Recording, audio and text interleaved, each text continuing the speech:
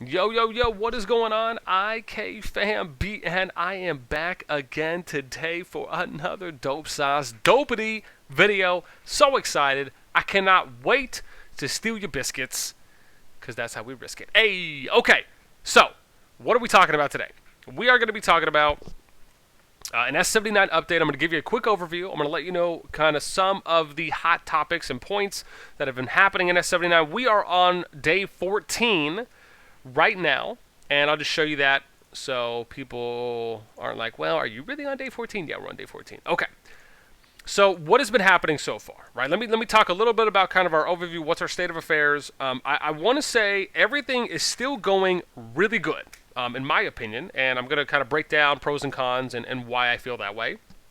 So let me start off with the City Siege event. Most of you know that the City Siege event is an event that happens at the end, or I should say finishes, 2 weeks into your server.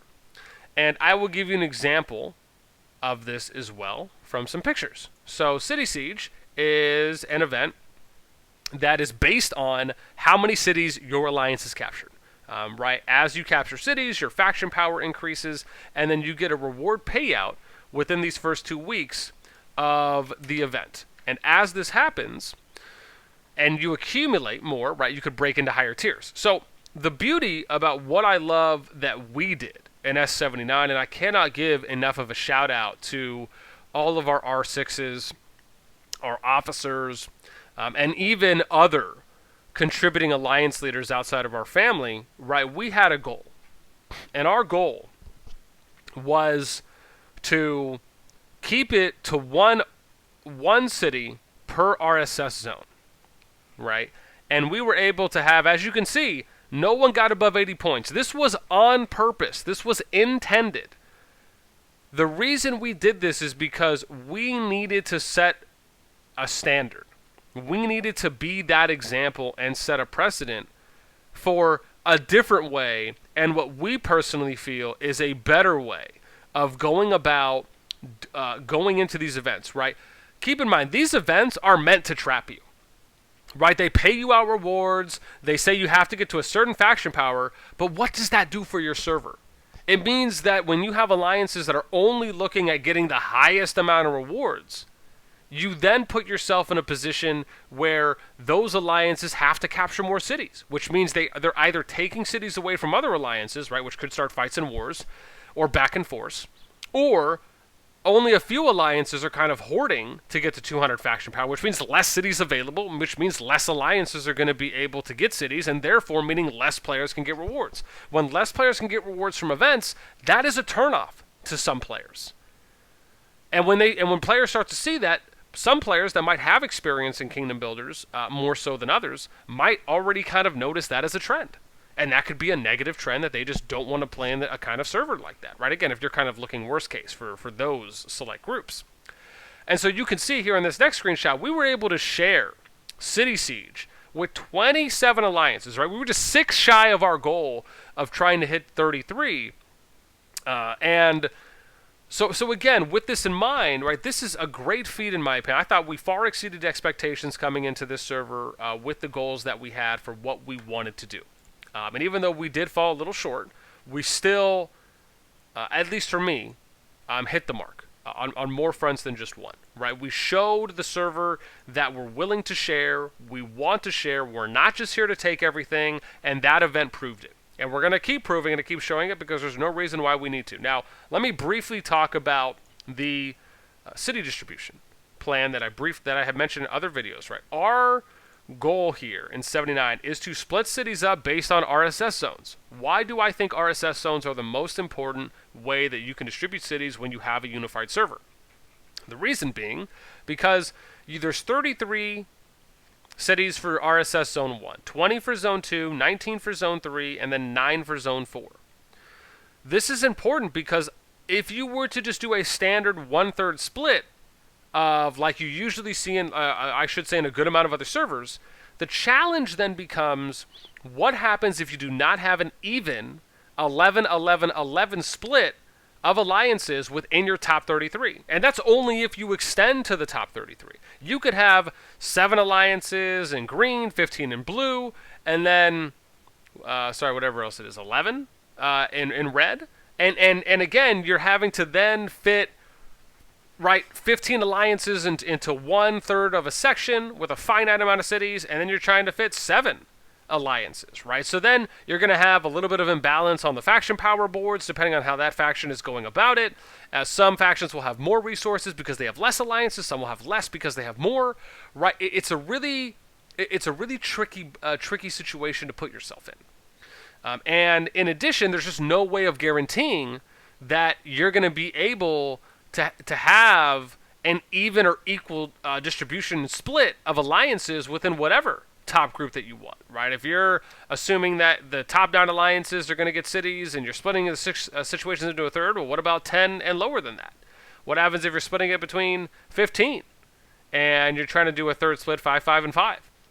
But maybe the top 6 or the top 3 or the top 9 want more cities because they think they're more deserving than 13, 14, and 15.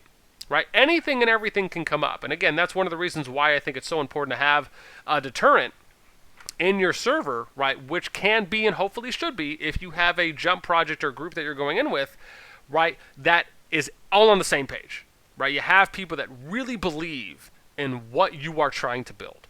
And I think for us in 79, right, again, I can't give any more of a shout out to people like Fubar, Bab, Hellfire Keck, all right, Berserk, right? A lot of these guys here that are kind of on our top 10 top boards for True Power, right? Because for the most part, right, at least when it comes to, right, the players here that are above the kind of non-families, which would be, oh gosh, I didn't realize it was this high. Let's see, which is still good, right, but like Band-Aid, right? Band-Aid is an example of a player, right? He's the highest ranked True Power player right now outside of our family. That means there's 31 players that are above him, or either at or above him in True Power, right? So again, that's nice to have. That gives you comfort. That gives you security in knowing, and it doesn't mean that that player or any of these players have any ill intentions, but it gives you the security of acting as a deterrent in your server if rogue players or rogue alliances pop up. Thankfully, none have, even though, well, I should say, like, no big alliances, really no alliances for the most part, right? It's been a few players here and there that have been, I think we have 4 players total right now on our blacklist, which basically means these players have been aggressive, they've attacked, they've kind of broken PvP rules enough, and then they've been added there. So it's nice, and like I talked about in 36 when we were there, it's nice to have some players that go rogue. Now, what I should say is, yes, I would not want anyone to necessarily go rogue in the ideal perfect situation, but it's nice when you do because it gives you a little bit of a best of both worlds, right? And in 36, it was almost perfect because there was like 2 to 3 three rogue alliances it started out with. That went from 3 to 2, then 2 to 1, and our players just had a picnic of players to kind of attack daily, right? While we were still implementing our system, of course, with delays and some challenges here and there. But the way that it looked and how it was set up was ideal, right? Because it gave you a little bit of the best of both worlds. Now, 79 may not have that, right? This is why we talk about adapting, having realistic expectations, right? The minimum goal is that, yeah, we don't really want to have a lot of rogue players and alliances. Is it some nice icing on the cake if and when it comes? Sure. But that is not the end-all be-all, right? You can still get away with doing honor point trading, which is actually more efficient once you end up getting a little bit to the later stage in the game because you're going to save more AP per hit. You're not going to have to waste as many resources when you're fighting early on. It's a lot more long-term benefits when you do organized honor trading compared to just fighting it all out, for the sake of the server, for, control, if you will. So, again, I love that there's not a lot of ill-intended efforts on the server, right? And things are going really smoothly in a lot of ways, which I'm so excited about. I can't tell you, right? I think S79 at the moment definitely has the most potential out of any of the projects that I've ran so far in Infinity Kingdom, and I'm really excited to see where it's going to go. I think the big thing that I always try to remind our team of, right? That's our leads, our officers, our members, right? Is that it's a group effort, right? There's not going to be one alliance over another that is going to always win all rewards, right? We're always going to share. We're always going to try and equally benefit right, as many of the top active alliances, regardless if they're within or outside of our family. Right, we're not here to hoard stuff, right? We're here to share because a lot of our leaders have experience in server versus servers and kingdom versus kingdoms. They understand that is what we're building to, and that is how we should be looking and approaching how we build and furthermore develop a server with as many active players in it as possible. Now, with that being said, right, the next big things that we really have coming up is, right, so let me talk a little bit about kind of war reports, right? I think this is really important because this is a topic I had a couple of people mentioned to me is, they'll point out, for example, that, there's a few attacks or there have been players from Fallen Family Alliances that have attacked players in the server that are not on the blacklist or, maybe they weren't defending themselves. What I will say, and I'm going to give you two good examples here to show you both sides of it. So I'm just going to take a look at my alliance, right, and I want to show you, so this fight here from Leon and Zai, right, you might look at this and say, okay, well, this guy must have been attacking Zai, and, how dare he, why is he breaking the rules? But if you look into it further, let me show you. So 8/16/12/45/40, this is the timestamp. Now let's look and see if Zai attacked Leon before 12/45/40. So we'll scroll down, and you'll see, oh wow, what did we find? So Zai did attack Leon, and he did it at 12:44. So he did it about 1 minute and 8 seconds earlier prior to Leon. So clearly this shows Leon is defending himself.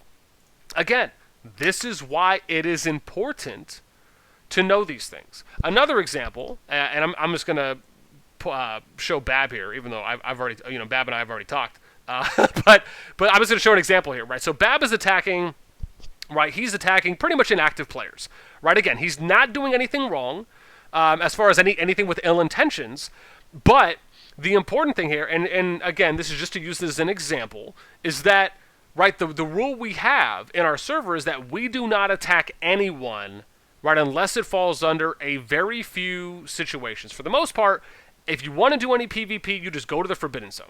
Right, we do not allow any attacks on players outside of the Forbidden Zone, with the exceptions of if you are defending yourself and from being attacked, right, where you are not the initiator, you are not the aggressor.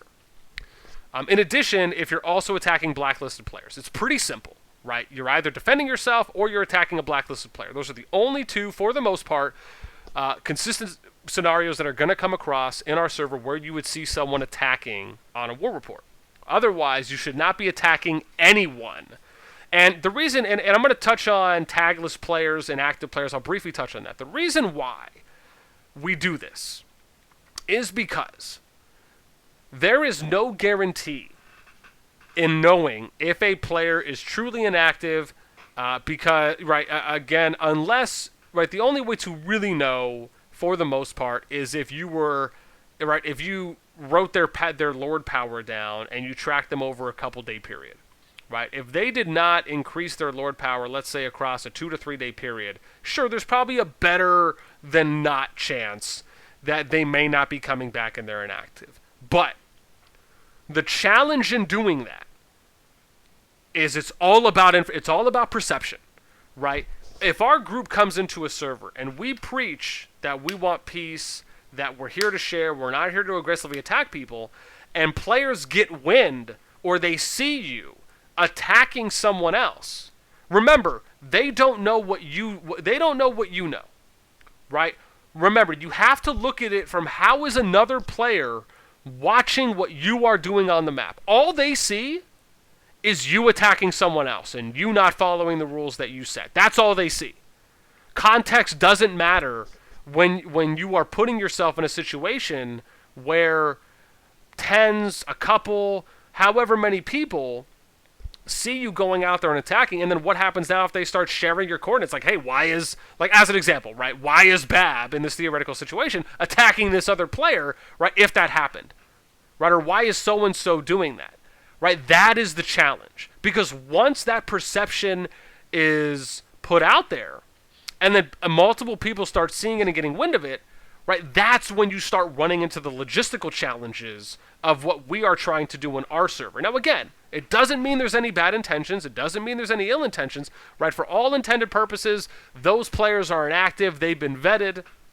Right, Bab even walked me through it, and I'm sure other players have done that as well. Now, I'm sure there's other situations where some players may just do those things. One of the things that we do, and I'll just give you an example, one of the things we do in our alliance, and I'm sure others do this as well, is we private message. Oh gosh, I totally thought I'd have some of these up. Maybe I don't. Wow, did these go out already? Okay. Well, anyways, one of the things that we do, and I do, along with some of our officers, is anytime a new player joins the server, or our alliance, we will message them. And we let them know, we give them a quick rundown of what the rules are, we give them friendly reminders, we tell them, look, there is no attacking anyone unless you're doing it in the forbidden zone or defending yourself from an attack. We keep it really short and simple. So again, this is really important. I just wanted to talk about this because I find that again, I get messages randomly, not a lot, but I'll get every so often, people will ask me, hey, why are some players attacking these players in these situations, right, if they're within your family and they shouldn't? And I ask them, and I say, okay, well, did you see the defense reports? Did you see if they were attacked first? Did you check to see if this player was on the blacklist? Did you check to see if that player was going in there to break up a fight, right? There are some valid reasons on why an attack report, or better yet, are they attacking their farmer, right? Is a player attacking their farm account? Or is the farm account attacking them, right? There are some, like I said, some exceptions that are valid, but it all comes back down to information control, right? How many people in the server know what you can and cannot do, and that is where you can really only solve that with server mail, right? So you have to wait till you get access to server mail, and then you'll have more tools available to you where you can then minimize and limit, right, that margin of error that could happen. Until that point, you have to take it upon yourself to be very cautious of your actions, right? This is why we always wait to attack tagless players and inactive players once we have access to server mail, after the first contention of relics, round 1.